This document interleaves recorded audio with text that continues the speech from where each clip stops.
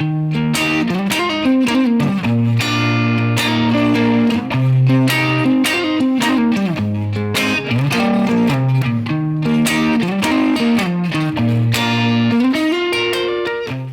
and welcome back to another 2-Minute Tuesday, and in today's video I'm going to be expanding on the same topic that we spoke about last week, which was the CAGED system.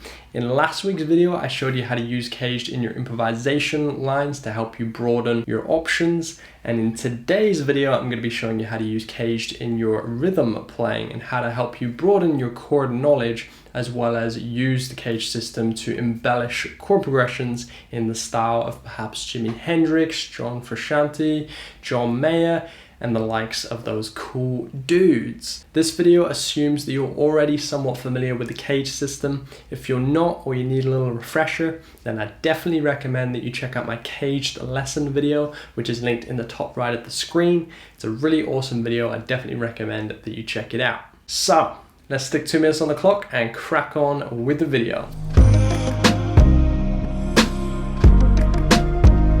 I'm going to start this off by showing you some of the most common embellishments that you can use and play over a major chord.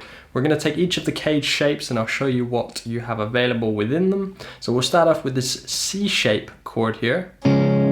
So within the C shape you could perhaps do the following things. So notice I keep my first finger there and I'm just doing a bunch of hammer-ons really. The hardest part is to let the string below ring out. Sometimes you can hammer on and accidentally mute that string, so be careful with that. Moving on to the A shape. There's not too much you can do with this one. Perhaps you could go from the second degree there to the third, but this shape more commonly blends into the next shape, which is your G shape, because it's incredibly convenient for the fingers. You may have heard some runs and licks like this before. And these little embellishments here actually come from the next shape, which is the G shape. So within this G shape you could perhaps do some things like this.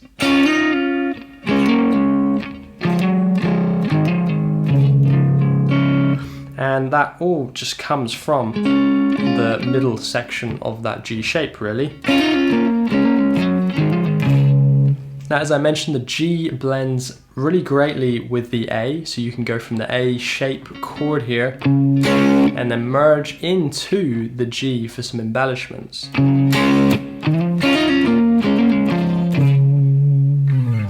Let's move on to the next shape in the sequence. We have an E shape. Now with this one here, all of your fingers are occupied, so it can be a little bit tricky. So the best thing to do is wrap that thumb over the top here so that you have this little finger and you can play around with the third finger to play some of these embellishments. So within this E shape, there's a bunch of awesome things that you could do.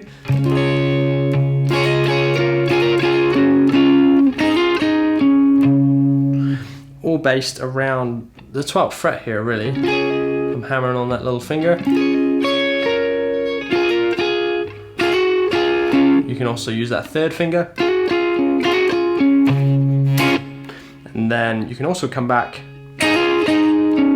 hammering onto that major third there. That's a really great sounding chord.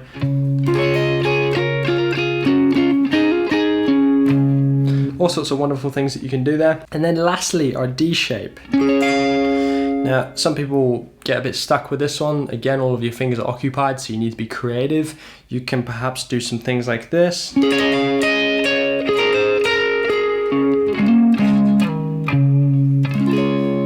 So there's, again, all sorts of wonderful things that you can do with that.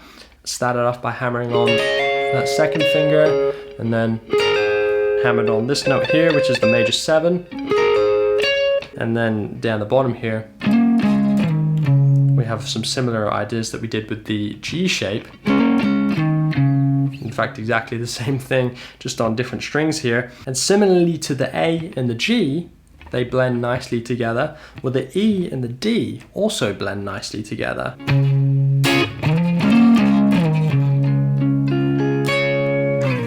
So there you go, those are some of the most common ideas that you can play with within each of the chord shapes. Experiment with this. It's going to take you a while to perhaps develop this into something a bit more musical, but once you do get the hang of some of these shapes, you can have great fun with it, and it's going to break you out of the typical kind of...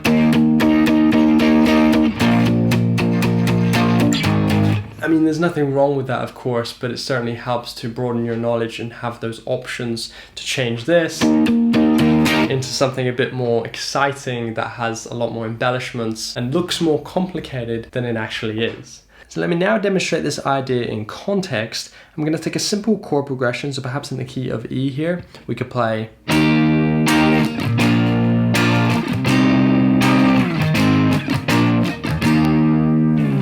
And you might be able to develop this into something that sounds a little bit like this.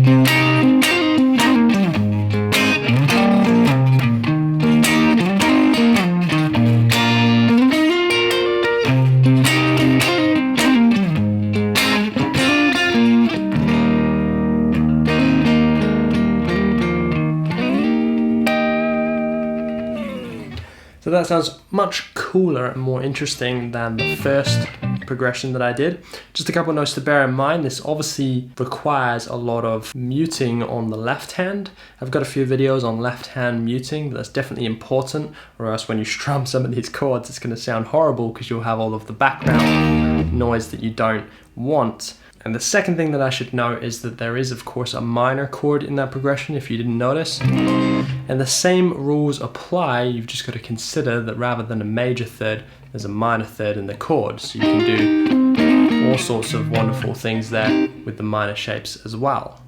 So that concludes everything that I want to share with you. It's important that before you make this practical, that you take a caged position and experiment with the different possibilities that you have within that shape, using the techniques that you're familiar with. So your hammer-ons, pull-offs, slides, all of that wonderful stuff to help you make some unique, awesome embellishments that you can use when taking this into a practical situation. I hope you took something away from this video. If you find this topic interesting, then be sure to check out my other videos on CAGED. And if you want to learn more about music theory and visualization, then definitely be sure to check out my website in the description below.